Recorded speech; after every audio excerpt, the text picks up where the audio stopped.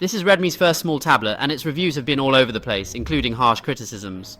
Is it good or bad? If you have the same doubts, watch this video, and I'm sure you'll find your answer. Let's first look at the appearance, an 8.8-inch all-metal unibody.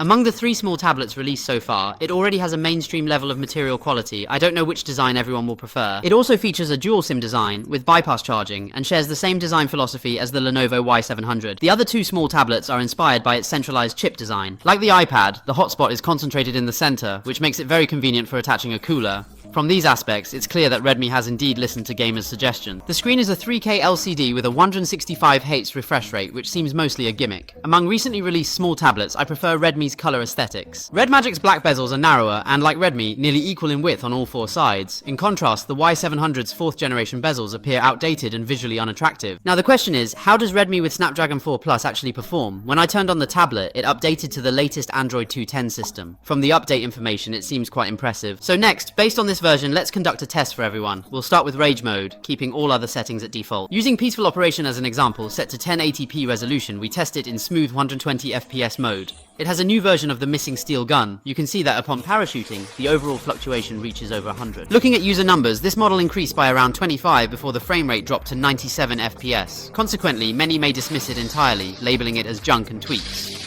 Fortunately, its handling of the GPU is still very organized. At least it can stabilize around 120 FPS. It's definitely not the kind that fluctuates erratically around 100, causing your GPU to lag significantly.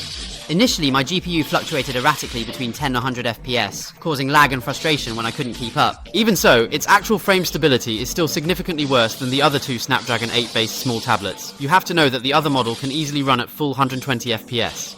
However, the frame drops are only a small part of the issue. Online, there is still some bias against the Redmi tablet. It's far less exaggerated than what people say. Finally, I'd like to share a personal suggestion. All 3 tablets feel sluggish in touch responsiveness and have significant drawbacks. If you expect smoothness and need consistent 120 FPS, consider the other 2.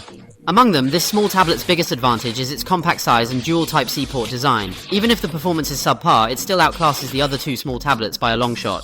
In terms of stable performance, it doesn't match up to the other 2 Snapdragon 8-based small tablets, but it's not as weak as what is claimed online, so it's more about choosing based on what aspects you care about more. Okay, after playing for 1 hour, battery drain 21%, ambient temperature around 27 degrees C, tablet temperature around 42 degrees C, what does everyone think?